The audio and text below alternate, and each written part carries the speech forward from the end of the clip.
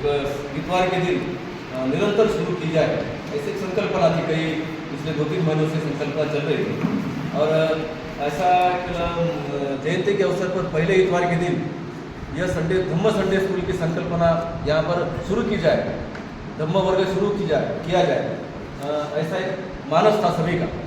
लेकिन पहले इतवार के दिन हो नहीं सका, दूसरे तीसरे इतवार के दिन भी संभव नहीं हो सका। तो जयंती के अवसर पर आने वाले 27 तारीख के दिन सुबह 8 से 9 बजे इसी बिहार में यहाँ पर धम्म संडे स्कूल 1 घंटे की, हर इतवार के दिन 1 घंटे की धम्म संडे स्कूल यहाँ पर शुरू की जा रही है। यहाँ पर हमारे कई सारे साथी यहाँ पर जुड़ने वाले हैं। नरवाड़े सर है, मैं हूँ यहाँ, कोकरे सर है, हमारे प्राचार्य महोदय कांबळे सर है, हमारे आनंद वाघमारे है, ऐसे कई सारे हमारे साथी यहाँ पर जो अपनी कुछ सेवा देना चाहते हैं। और उनके पास जो भी एक विद्यार्थियों में 5वीं से लेके 12वीं तक के विद्यार्थी, शायद 50 विद्यार्थी हो, 25 विद्यार्थी हो, जितने विद्यार्थी हो, उन विद्यार्थियों का एक सर्वांगीण विकास किया जाए, इसे संस्कार किया जाए। क्योंकि हम सभी कहीं ना किसी न किसी स्कूल में, पाठशालाओं में रहे, कई सारे हमारे उपक्रम हमने पाठशालाओं में यहाँ पर आयोजित किए। तो ये सेवा अवकाश के बाद चलता था कि ऐसे कुछ कई सारे गलियों में, गाँवों में हमारे विद्यार्थी जो संस्कारहीन हुए, तो क्यों न कोशिश की जाए हर बिहार में। और अगर प्रतिसाद मिलता है समाज का, विद्यार्थियों का, ये नई पीढ़ी है, ये नई पीढ़ी अगर कुछ संस्कार क्षम हो जाती है, कुछ प्रतिसाद मिलेगा उसमें से।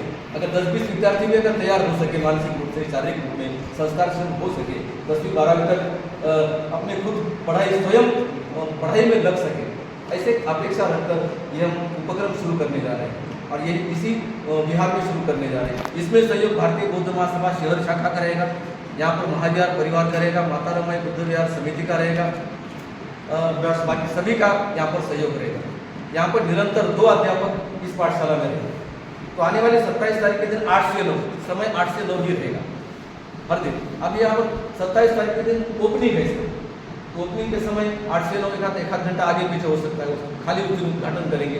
आपकी संकल्पना अगर कोई है, महाविहार परिवार की ओर से हमारे कच्चे साहब को संकल्पना रखेंगे, आप में से कोई रखेंगे कि हम क्या कर सकते हैं इसके लिए। यहाँ पर हमने ये जो पाठशाला है, महात्मा कबीर विद्यालय के जो संचालक है, उनसे हमने बात की, मुख्याध्यापक जी से बात की। वहाँ पर विद्यार्थियों के बारे में उन्होंने सूचना, हमने एक विनंती अर्ज दिया उनको, और विद्यार्थियों के बारे में आज भी सूचना निकालने वाले हैं। और विद्यार्थी की यहाँ पर विद्यार्थी की संख्या कितनी आएगी, विद्यार्थी कितने आ सकते हैं। और पिछले दिनवंत परीक्षा के दिन जब मैंने परीक्षा ली तो 35 विद्यार्थी मांग थे। तो उन विद्यार्थियों के सामने मैंने जब सूचना दी कि हम एक धम्म संडे स्कूल शुरू करने जा रहे हैं, 1 घंटे की स्कूल रहेगी, तो विद्यार्थी अति उत्साहित होकर उन्होंने कहा कि हम आने के लिए तैयार हैं, हमारे साथियों को भी लेकर आए। तो ये अनुशासन कैसा रहेगा, अभी भविष्य में क्या उसका हमें लाभ मिलेगा। लेकिन एक विनती है सभी की ओर से, ये सभी का उपक्रम है। वैसे हमारा ये वंदना का उपक्रम है और कई सारे उपक्रम है, उसमें से और एक उपक्रम जोड़ने जा रहे हैं और हर इतवार के दिन उपक्रम जोड़ने जा रहे हैं। तो कृपया विनती है कि आने वाले 27 तारीख के दिन यहीं पर वंदना हमारी 10 बजे होती है, तो कृपया 9, साढ़े 9 बजे रखिए। वैसे भी धूप का पारा बहुत चढ़ रहा है, धूप की गर्मी बहुत चढ़ रही है, 10 बजे 42 से ऊपर जा चुका है। तो हमारी वंदना भी थोड़ा सा 9 बजे, 9, साढ़े 9 बजे तक है। तो विद्यार्थी मिलेंगे, उद्घाटन करेंगे, बाकी नियमित रूप से हम कक्षाएँ शुरू करेंगे। आगे चल के अगर किसी बिहार में मांग रही, किसी अगर 85 विद्यार्थी किसी और बिहार में आने के लिए तैयार रहेंगे, तो 8-10 बिहारों का हमें संपर्क भी है। उन्होंने कहा कि हमारे यहाँ भी शुरू कीजिए, अगर वहाँ का कोई अध्यापक हमें मिलता है, हमें कोई तो भी साथ में, ऐसे बिहारों में भी शुरू करेंगे। एक संकल्पना ऐसी थी कि यहाँ पर आपके बिहार में जो खुला बिहार है, वहाँ पर कोई बंदिश नहीं, थोड़ा सा विपश्यना जो भी हम करने जा रहे हैं, अनुशासन और शिस्त रहनी चाहिए, समय की पाबंदी रहनी चाहिए, अनुशासन बेहद जरूरी है। अगर समाज का सहयोग होगा, तो पास पड़ोस में समाज है, उनके काम चल रहे हैं और उसमें अगर विपश्यना लेंगे तो ये संभव नहीं। जहाँ तक आपका था, अगर वो बिहार सत्तागढ़ का भिलघाट का बिहार मिला तो वहाँ पर हम शुरू करेंगे। तो इतनी छोटी सी सूचना थी। धन्यवाद, शुक्रिया। या महाविद्यालयाच्या वतीनं विविध अशा कार्यक्रमांचं आयोजन असते। प्रत्येक महिन्यामध्ये वाढदिवस असो, कोणाला मदत असो, वर्षाला मदत असो, वर्षभर कार्यक्रम आपला चालूच असतो।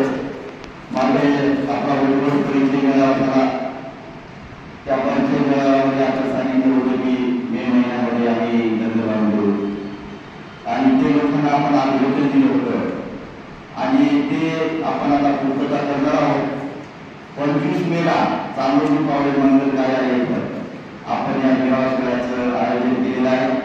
हे गेल्या 3 वर्षापासून सातत्यानं या विवाह मेळाव्याचं आयोजन करण्यात येते आणि याही वर्षी करत आहोत. तर एक आपल्या महाविद्यालयाचे सर्व सदस्य म्हणून मला अशी विनंती आहे की आपल्या परिसरातील आपल्या पाहुण्यारावळ्यातील कोणी गरीब आणि गरजू जोडपे असतील तर त्यांच्याशी संपर्क करून खरं म्हणजे नावाला आम्ही आयोजक आहोत, परंतु या आयोजकाच्या पाठीमागे तुम्हा सर्वांची शक्ती आहे. म्हणूनच आपण या सगळ्या गोष्टी आज जवळजवळ म्हणजे गेल्या 3 वर्षापासून आपण लोकांना एक चांगल्या सभागृहामध्ये चांदोली पावले सभागृह नांदेड जवळजवळ त्याचे आपल्याला खर्च 200-2.5 लाख रुपये लागतो.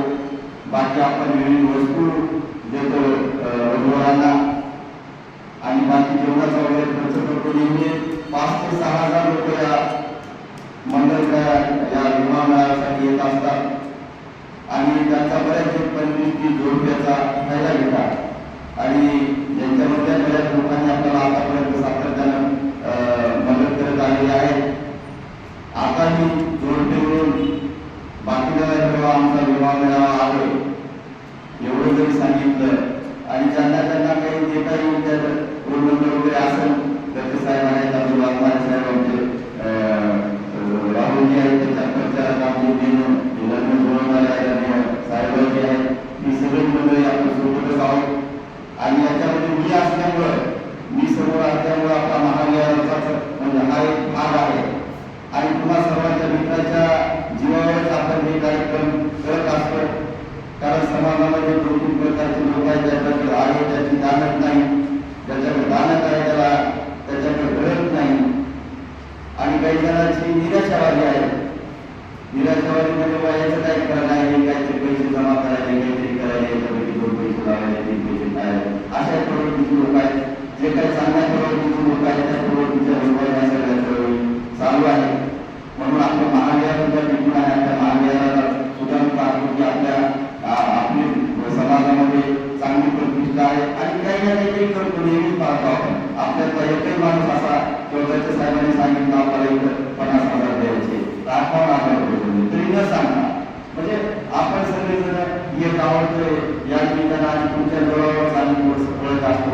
तर हा थोडासा तुमचा सक्रिय आणि पॉझिटिव्ह तुम्हा सर्वांचा सहभाग असावा असेच माझी इच्छा आहे आणि आपण फोटोज काढले आणि मी काढले तर आपले गरीब किंवा आजूबाजूच्या लोकांना जरी दिले तर त्याच्यापैकी आपल्याला काही जोडपे काढ आपण एवढा मोठा खर्च काय तर 30-40 जोडपे झाले तर त्यांना समाज कल्याणच्या योजनेचे भेटणारे फायदे तेही आपण मिळवून देणार आहोत. त्यांना बाकीच्या आता याच्यानंतर लग्नामध्ये त्याचं रजिस्ट्रेशन किंवा ग्रामपंचायतला असो, नगर परिषदेला असो, महानगरपालिकेला असो त्याचं रजिस्ट्रेशन फार महत्वाचं झालेलं आहे. तर या निमित्तानं त्यांचं रजिस्ट्रेशन सुद्धा होऊन जाते. ते त्यांच्या म्हणजे प्रत्येकाच्या जीवनामध्ये आता ते प्रत्येकासाठी फार महत्वाचं झालेलं आहे. तर म्हणून आपण खालीचा का वाटा होईना तर तुम्ही आता थोडेसे सक्रिय झाले तर माझं थोडंसं कमी होईल आणि तुमच्या सहभागानं या कार्यक्रमाला शोभा वाढेल, या कार्यक्रम मोठ्या मोठा होईल. कारण हा आपल्या म्हणजे बुद्धिवादी लोकांचा कार्यक्रम आहे. कारण आपण सगळी म्हणजे समाजात आपल्याला थोडंसं मालदार समजतात तर आपण हे काम थोडंसं मालदार सारखंच केलं पाहिजे असं आमच्या काही मित्रांनी सुचवलं किंवा तुम्ही विवाहावर पाण्याची सोय होत नाही, याची सोय होत नाही, या गरीबा सुखाचे लग्न एखाद्या मोठ्या जागी होऊ ना आहे ना आपल्यामध्ये देणारी माणसं कुमत असतील देते कुवत असलेली माणसं आहेत ना. म्हणून आपण हा सगळा आटापिटा करतो. इतर कुठल्याही प्रकारचं म्हणजे एक सूत्रीकरण नाही. मी सगळ्यांना घेऊनच कार्यक्रम करत असतो. आपली नावं वर्षभर काम करत असताना आपली नावं ऑटोमॅटिक होतात. आपली नावं तुम्हाला सांगायची गरज नाही आमचं काम म्हणून. तर तुम्हाला